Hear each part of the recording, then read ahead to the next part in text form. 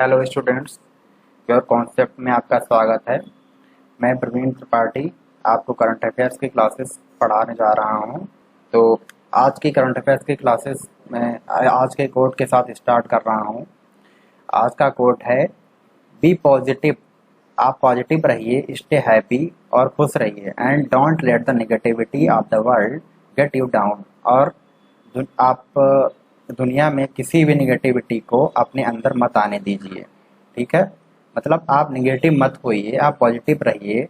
आपका कोई भी काम है बहुत अच्छे से होगा, बस आप पॉजिटिव। तो नेक्स्ट हम न्यूज पर आते हैं।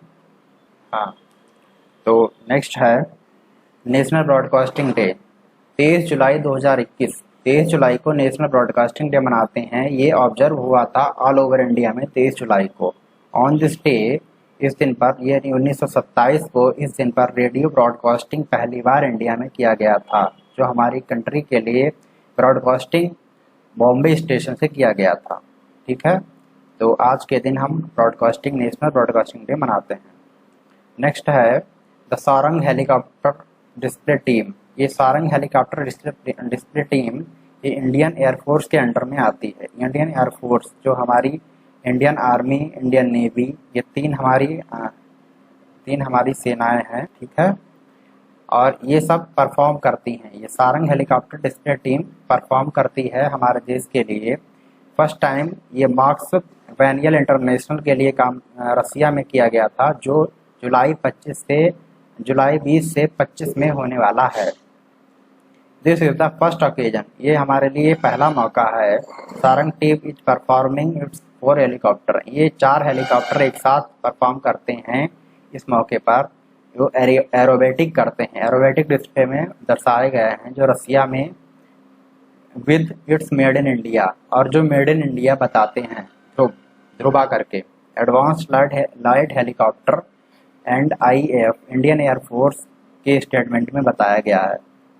सारंग टीम जो परफॉर्म कर रही है वो 2003 में बेंगलुरु में फर्स्ट इंटरनेशनल डिस्प्ले में आई थी and Asian aerospace air show in Singapore, और सिंगापुर में 2004 में। Since then Sarang has performed in UAE। फिर उसके बाद ये यूनाइटेड अरब एमिरेट्स में आई, जर्मनी में, UK में, यूनाइटेड किंगडम, बहरीन में, मॉरिशस में और श्रीलंका में। इसका डिस्प्ले लगातार इन देशों में होता रहा है। ठीक है, फिर उसके बाद इंडियन एंड यूनाइटेड किंगडम, ये दोनों की मीटिंग हेल्ड हुई है उस फाइनेंशियल मार्केट्स के डायलॉग पर। फाइनेंशियल मार्केट में किस तरीके से ये वर्चुअली लेट एवनिंग यस्टरडे में हुई थी, जो dialogue establish 10th economic and financial dialogue in October 2020 में हुआ था। Deep and bilateral ties in the financial sector, जिसने फाइनेंशियल सेक्टर में बहुत ही द्विमुखी बात बताई है। Discussions during the dialogue were focused on 4। Discussion के वार्तालाप में 4 बातों पर फोकस किया गया है। पहला है gift, Gujarat international finance tech city, और सिटी जो कि India flagship international financial centre. और तीसरा है बैंकिंग एंड पेमेंट, और चौथा है इंश्योरेंस एंड कैपिटल मार्केट में। ठीक है, तो ये कैपिटल मार्केट में भी काम करता है। नेक्स्ट आते हैं हम। हाँ, तो नेक्स्ट है यूनियन कैबिनेट ने एक अप्रूव की है नई स्कीम, जो कोविड-19 emergency response health system preparedness project करके है। ये सेकंड फेज के लिए इम्प्लीमेंट की गई है। इसकी टोटल कॉस्ट 23,123 करोड़ यानी 23,123 करोड़ रुपए है, जो 1 जुलाई से कारगर है 31 मार्च 2022 तक। फाइनेंशियल ईयर रहेगा 21 और 22 का, जिसमें ये कारगर रहेगी यानी। ठीक है, with central and state shared, इसमें सेंट्रल और स्टेट दोनों के शेयर रहेंगे। ठीक है, ये central share of the ECRP second stage जो 15,000 करोड़ देगी, और स्टेट का शेयर इसमें ECRP में 8,123 करोड़ रहेगा। ठीक है, तो national centre for disease control जो NCDC है, वो इसके लिए बहुत ही स्ट्रेंथनिंग प्रोवाइड करा रही है। Genome sequencing machine genome sequencing करा रही है। जीनोम सीक्वेंसिंग का मतलब होता है जैसे कि कोरोना वायरस है तो इसके कौन कौन से सीक्वेंसेस आ रहे हैं, कौन कौन से वायरसेस नेक्स्ट आने वाले हैं। ठीक है, और साइंटिफिक कंट्रोल रूम इस पे इसके बजाय और भी काम करते हैं। Epidemic intelligence services, epidemic services काम करती हैं। एंड इन सीकोग सेक्रेटेरिएट सपोर्ट, ठीक है, तो ये सेक्रेटेरिएट से सपोर्ट मिलता है। फिर उसके बाद नेक्स्ट है बिलियनियर जेफ बेजोस, जो अभी स्पेस में गए थे, तो उनकी एक कंपनी है ब्लू ओरिजिन, जो जिसने बनाया है न्यू शेफर्ड रॉकेट, जिसमें वो पहली बार एक शॉर्ट जर्नी उन्होंने की है स्पेस की, ठीक है। ये बेजोस की कंपनी है ब्लू ओरिजिन, इसका नाम याद रखिए, इसका नाम है ब्लू ओरिजिन, ठीक है। ये design to serve the burgeoning market for space tourism, इन्होंने इसको एक तरीके से स्पेस में टूरिज्म करने के लिए एक मार्केट तैयार की है, ठीक है, कि आसानी से कोई भी इंसान, लेकिन आसानी से नहीं कर सकता है। एक सामान्य आदमी को तकरीबन 2-2.5 करोड़ रुपए तो रख ही देने पड़ते हैं अगर वो स्पेस में जाना है तो, ठीक है, तो ये बहुत ही सामान्य बात नहीं है। From a private launch site near when horn Texas, और इसको प्राइवेटली लॉन्च किया गया था टेक्सास में, वॉन हॉर्न। रिच्ड 1067 किलोमीटर, ये जो थे ये 106 किलोमीटर ऊपर पहुंच गए थे। जेफ बेजोस आप जानते होंगे, अमेजॉन कंपनी के owner. Where does space begins, ये स्पेस में कहाँ से स्टार्ट होता है? कर्मल लाइन मतलब जिसके कर्म अच्छे होंगे वही वो कर्मल लाइन पे जा पाएगा। तो space begins at the Karman line which is रफली 100 किलोमीटर और 62 miles above the earth space. Earth से ये लगभग 62 माइल का हो या 100 किलोमीटर, जितना ऊपर जाता है तब वो कर्मल लाइन पे पहुंचता है। International space station 330 and 410 kilometre के अराउंड में मिल जाता है, ठीक है, ये है।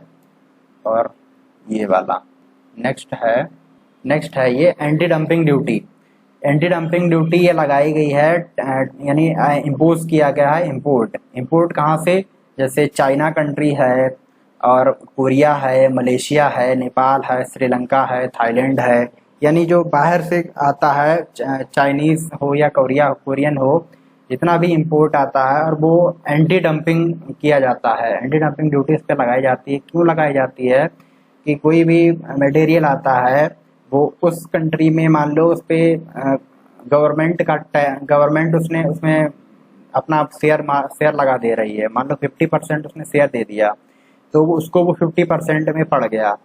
अब वो कंट्री दूसरी कंट्री में वो लगभग 70% तक वो भी अगर बेचता है तो उसको 20% का प्रॉफिट होता है। लेकिन वो नेक्स्ट जो दूसरी कंट्री है जिसमें वो बेच रहा है उसको वो लॉस कर रहा है, उसकी मार्केट को लॉस कर रहा है, उसमें बैलेंस जो मार्केट में होना चाहिए उसको लॉस कर रहा है, इसलिए उस पर ये एंटी डंपिंग ड्यूटी लगाई जाती है, ठीक है। तो ये मैन्युफैक्चर्ड इन फॉरेन कंट्रीज, ये फॉरेन कंट्रीज में जो बनाए गए होते हैं प्रोडक्ट, उनको प्राइस बिलो नीचे प्राइस करके फेयर मार्केट वैल्यू को डाउन कर दिया जाता है। Similar good in domestic market that government imposes anti-dumping duty on foreign imports when it believes then the goods are being dumped, ठीक है। तो वही बात कही गई है जो मैंने बताई है आपको।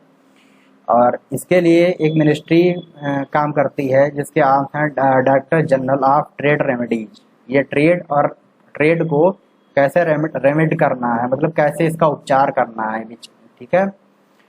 Recommended imposing the duty on copper and copper alloy, ठीक है। तो कॉपर एंड कॉपर एलॉय जो है, कॉपर से जितने भी प्रोडक्ट होते हैं और copper alloy flat rolled product जो होते हैं, तो ये जो आते हैं चाइना, कोरिया और मलेशिया से, इन सब पे एंटी डंपिंग ड्यूटी लगाई गई है।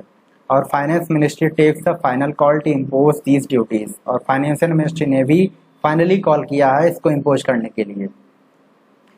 Countries carry out anti-dumping probe to determine whether their domestic industries have been hurt because of cheap imports, ठीक है। और वर्ल्ड ट्रेड ऑर्गेनाइजेशन ने इस बात के लिए मल्टीलेटरल रेजाइम किया है। The duty is to ensure fair trade practices and create a level playing field for domestic producers, और डोमेस्टिक प्रोड्यूसर्स के लिए लेवल प्लेइंग फील्ड तैयार करने का काम करती है, ठीक है।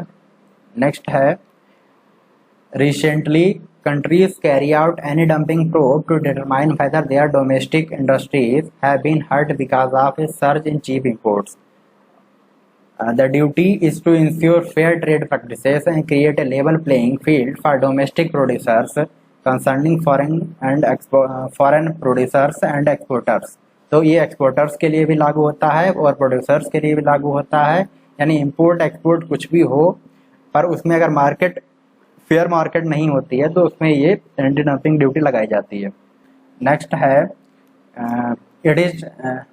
it is expected to create the first complete portrait of planet atmosphere unlike on earth glows of aurora। ये अरोरा करके जो रेज होती हैं उनसे एक स्टार टाइप के बनते हैं, ठीक है। तो उनसे बहुत सारी लाइट्स आती हैं, जैसे येलो लाइट्स भी हो सकती हैं या लाइट येलो है, ग्रीन आती है और डार्क ब्लैक आती है। इस तरीके से ये लाइट्स आती हैं। मार्स इंटीरियर, जो मार्स के इंटीरियर को कूल्ड करता है। Magnetic field around had died out, जो इसके अराउंड मैग्नेटिक फील्ड जो है वो बिल्कुल लूज हो जाता है अकॉर्डिंग टू ए रिपोर्ट। कि एक न्यूयॉर्क टाइम्स की एक है, उसके रिपोर्ट के अनुसार ये बिल्कुल जीरो हो जाता है। However, some parts in the field of planets preserved some of the magnetism causing the phenomenon the NYT further explained, जिसको NYT ने further explain किया था, ठीक है। While taking pictures of aurora, जो पिक्चर्स आपको दिखाई गई अरोरा की, जैसे आपको दिखाते हैं, ये है, ये देखिए, ये येलो है, ग्रीन है, वायलेट है। ये 100 किलोमीटर सरफेस, ये स्पेस, ये जो स्पेस में जाते हैं 400 किलोमीटर तक, यानी 100 किलोमीटर से 400 किलोमीटर तक ये दिखाई देते हैं।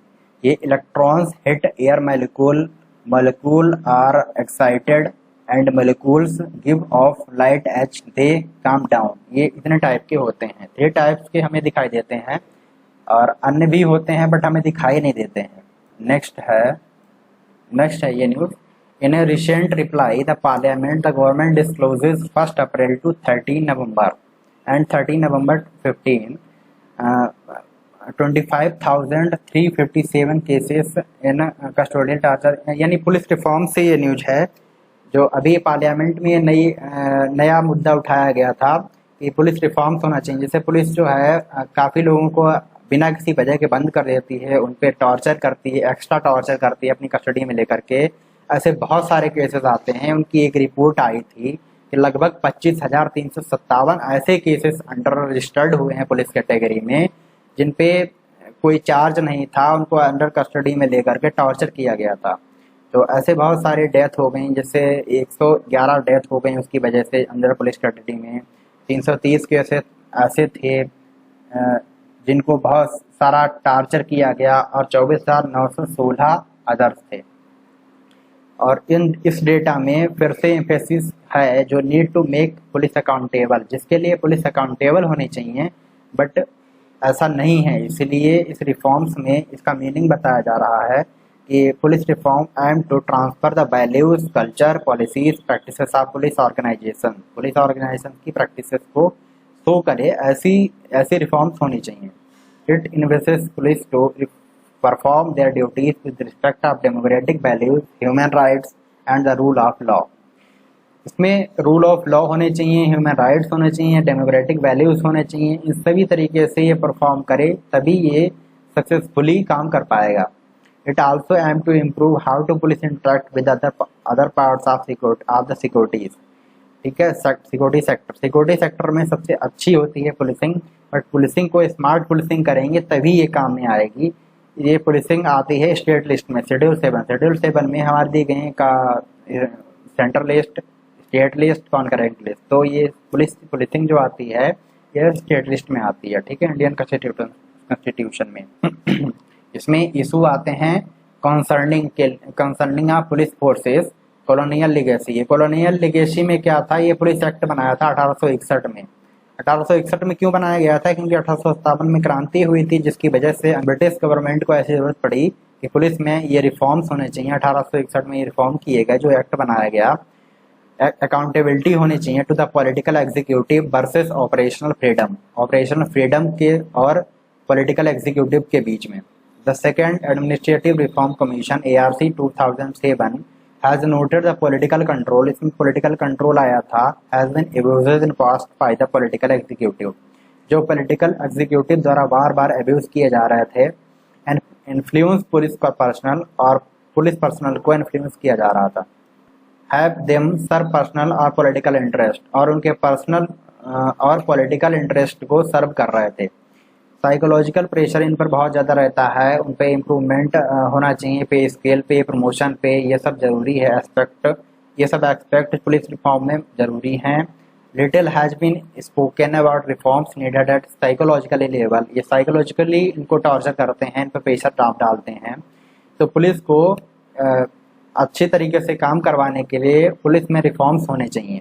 Public perception, the second ARC मतलब administrative reforms commission has noted that police public relation is in an unsatisfactory state because people view the police as corrupt, insufficient political partisan and unresponsive.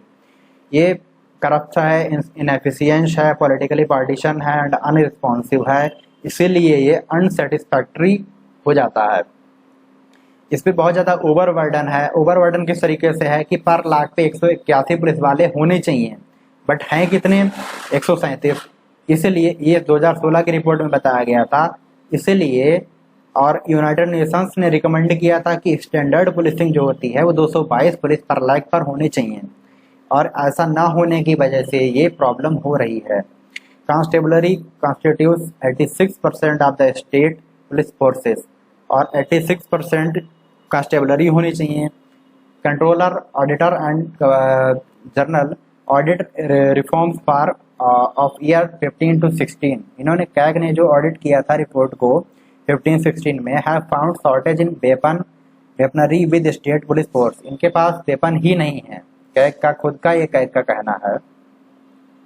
तो police किस तरीके से काम करे फिर है, तो इसमें एक सुप्रीम कोर्ट के द्वारा 7 डायरेक्टिव्स इसमें बताए गए थे जिनको फॉलो करना बहुत ज़रूरी हो गया है। जैसे कि पहला है constitutes a state security commission, state security commission को कंस्टिट्यूट करें।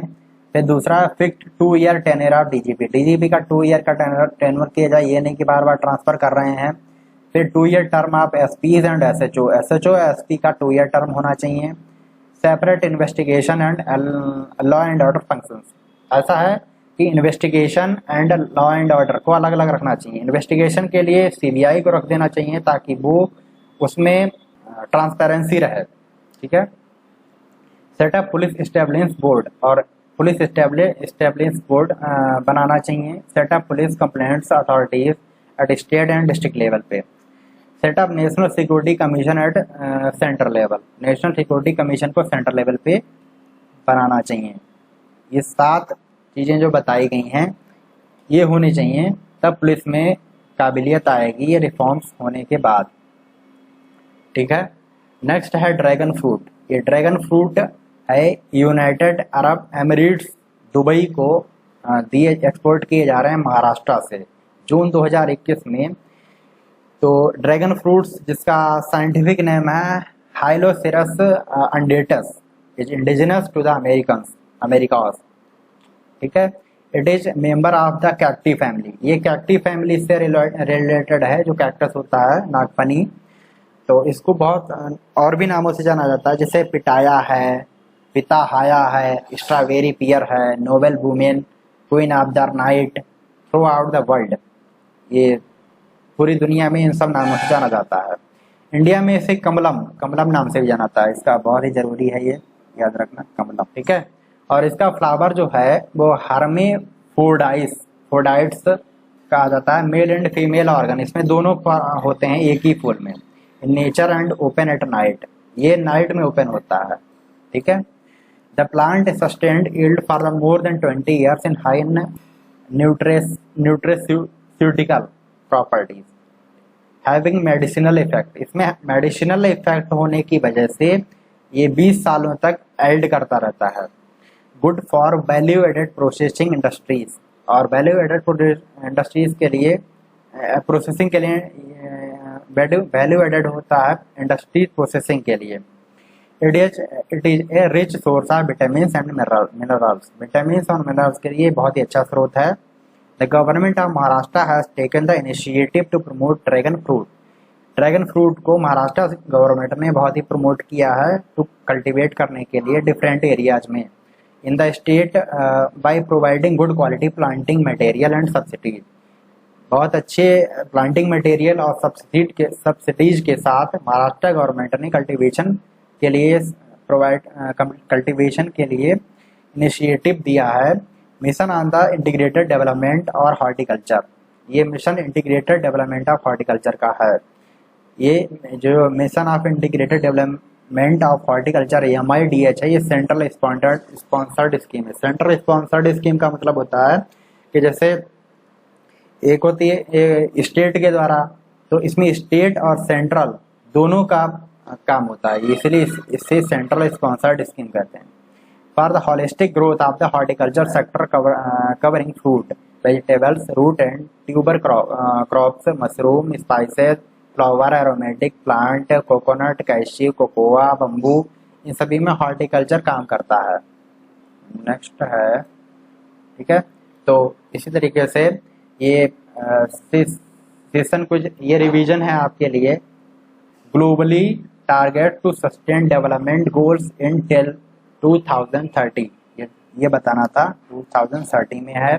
और जो मिनिस्ट्री ऑफ एनवायरनमेंट, फॉरेस्ट और climate change is set to table in commission for, ये किसके लिए काम करता है? एयर क्वालिटी मैनेजमेंट के लिए।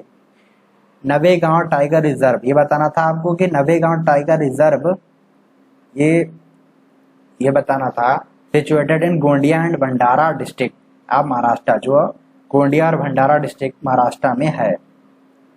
विच classified species introduced by Chinese officials, इसमें आपको बताना था कौन सी स्पेसीज है। ये स्पेसीज है giant pandas. Coconut development board is classified under ministry of agriculture and farmer welfare ministry, इसमें आपको बोर्ड बताना था किस मिनिस्ट्री के अंदर काम करता है, ठीक है। और है Gujarat has Bhalia variety of wheat GI certification in July 2011, ये आपको वैरायटी बतानी थी। आई होप आपको समझ में आया होगा।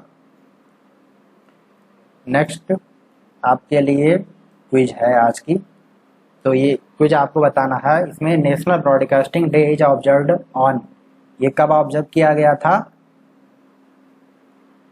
ये आपको बताना है। दूसरा है the Sarang helicopter display team of Indian is performed in जुकोवस्की,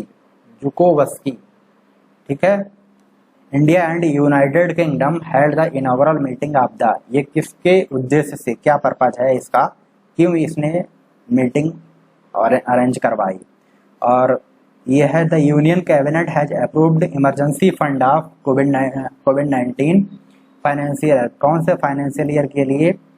और फिर है new shepherd build by Jeff Bezos company, Jeff Bezos की कौन सी कंपनी है जिसके द्वारा न्यू शेफर्ड रॉकेट लॉन्च किया गया था, ठीक है। तो ये आपको बताना है।